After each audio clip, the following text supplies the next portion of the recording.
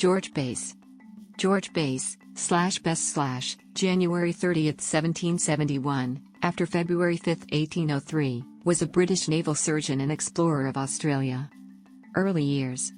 Base was born on January 30, 1771 at Aswarby, a hamlet near Sleaford, Lincolnshire, the son of a tenant farmer, George Base, and a local beauty named Sarah, née Newman. His father died in 1777 when Base was 6. He had attended Boston Grammar School and later trained in medicine at the hospital in Boston, Lincolnshire. At the age of 18, he was accepted in London as a member of the Company of Surgeons, and in 1794 he joined the Royal Navy as a surgeon. He arrived in Sydney in New South Wales on HMS Reliance on September 7, 1795. Also on the voyage were Matthew Flinders, John Hunter, Ben Long, and his surgeon's assistant William Martin. The voyages of the Tom Thumb and Tom Thumb II.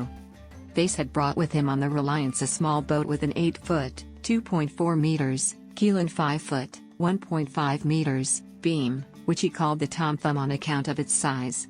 In October 1795 Base and Flinders, accompanied by William Martin, sailed the Tom Thumb out of Port Jackson to Botany Bay and explored the Georges River further upstream than had been done previously by the colonists. Their reports on their return led to the settlement of Bankstown. In March 1796 the same party embarked on a second voyage in a larger small boat, which they called the Tom Thumb II. During this trip they traveled as far down the coast as Lake Illawarra, which they called Tom Thumb Lagoon. They explored Port Hacking. Later that year Base discovered good land near Prospect Hill, found lost cattle brought out with the First Fleet, and failed in an attempt to cross the Blue Mountains. Whaleboat voyage to Western Port. In 1797, without Flinders, in an open whaleboat with a crew of 6, Base sailed to Cape Howe, the farthest point of southeastern Australia.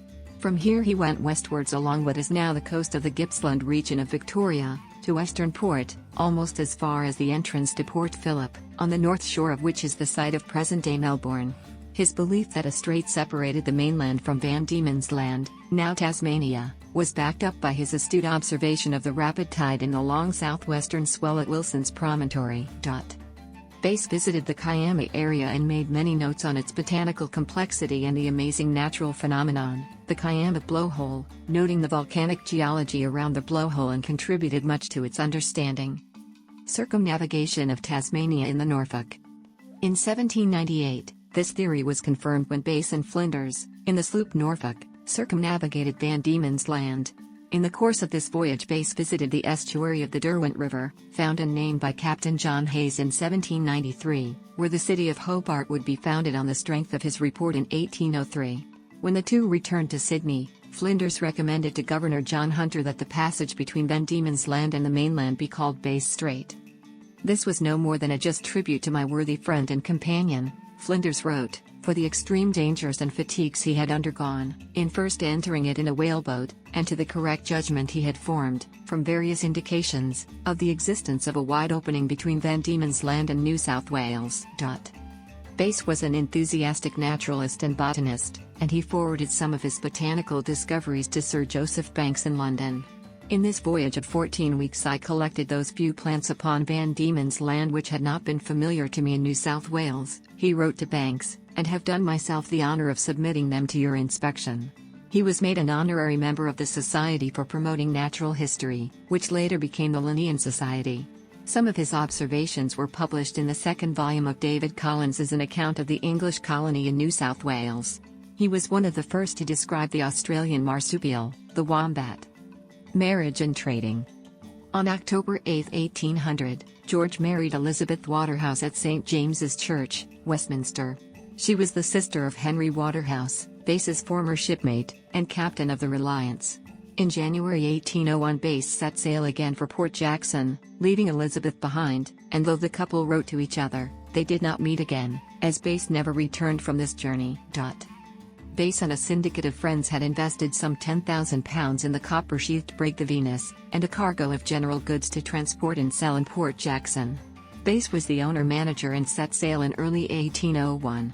Among his influential friends and key business associates in the Antipodes was the principal surgeon of the satellite British colony on Norfolk Island, Thomas Jameson, who was subsequently appointed Surgeon General of New South Wales. On passing through Bass Strait on his 1801 voyage, he recorded it simply as Bass Strait, like any other geographical feature. It seems, as Flinders biographer Ernest Scott observed, that Bass's natural modesty meant he felt no need to say discovered by me or named after me. On arrival, Bass found the colony awash with goods and he was unable to sell his cargo. Governor King was operating on a strict program of economy and would not take the goods into the government store, even at a 50% discount. What King did though was contract with Bass to ship salt pork from Tahiti. Food was scarce in Sydney at that time and prices were being driven up, yet pigs were plentiful in the Society Islands and King could contract with Bass at 6p a pound where he'd been paying a shilling, 12p, previously. The arrangement suited King's thrift, and was profitable for Bass. With his partner Charles Bishop, Bass sailed from Sydney in the Venus for Dusky Sound in New Zealand, where they spent 14 days stripping iron from the wreck of Captain Brampton's old ship the Endeavour. This was made into axes which were used to trade for the pork in Tahiti before returning with the latter to Sydney by November 1802. In January 1803, Bass applied to King for a fishing monopoly extending from a line bisecting the lower South Island of New Zealand from Dusky Sound to Otago Harbour, now the site of the city of Dunedin, and including all the lands and seas to the south, notably the Antipodes Islands, probably on the basis of information from his brother-in-law Waterhouse, the discoverer of the Antipodes archipelago. He expected much from it, but before he heard it had been declined, he sailed south from Sydney never to return. Bass and Flinders were both operating out of Sydney during these times, but their stays there did not coincide. Final voyage. What became of Bass is unknown. He set sail on his last voyage in the Venus on February 5, 1803, and he and his crew were never seen again. His plan was to go to Tahiti and perhaps onto the Spanish colonies on the coast of Chile to buy provisions and bring them back to Sydney. It has been suspected Bass may also have planned to engage in contraband trade in Chile. Spain reserved the import of goods into her colonies for Spanish ships and Spanish merchants. But the colonists needed more than they could supply, and shortages and heavy taxation caused high prices, encouraging an extensive illegal trade with foreign vessels. Port Jackson was described by some 19th-century historians as a base for such smuggling. Britain's strained relationship with Spain at that time meant British authorities were unconcerned. Bass still had much of the general cargo he had brought to Sydney in 1801, and he may well have been tempted to take some to Chile. Two of his last letters have hints at a venture which he could not name. But in any case, he set off in 1803, with a diplomatic letter from Governor King attesting his bona fides and that his sole purpose if he were on the west coast of South America would be in procuring provisions. As many months passed with no word of his arrival, Governor King and Bass's friends in Sydney were forced to accept that he had met some misfortune. In England in January 1806, Bass was listed by the Admiralty as lost at sea, and later that year Elizabeth was granted an annuity from the Widows' Fund, backdated to when Bass's half-pay had ended in June 1803. Bass had made the usual contributions to the fund from his salary. Speculation on Bass's fate. A good deal of speculation has taken place about Bass's fate.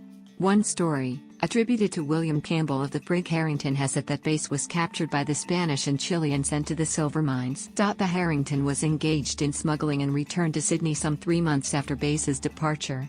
However, this story dates from 1811 in a report by William Fitzmaurice.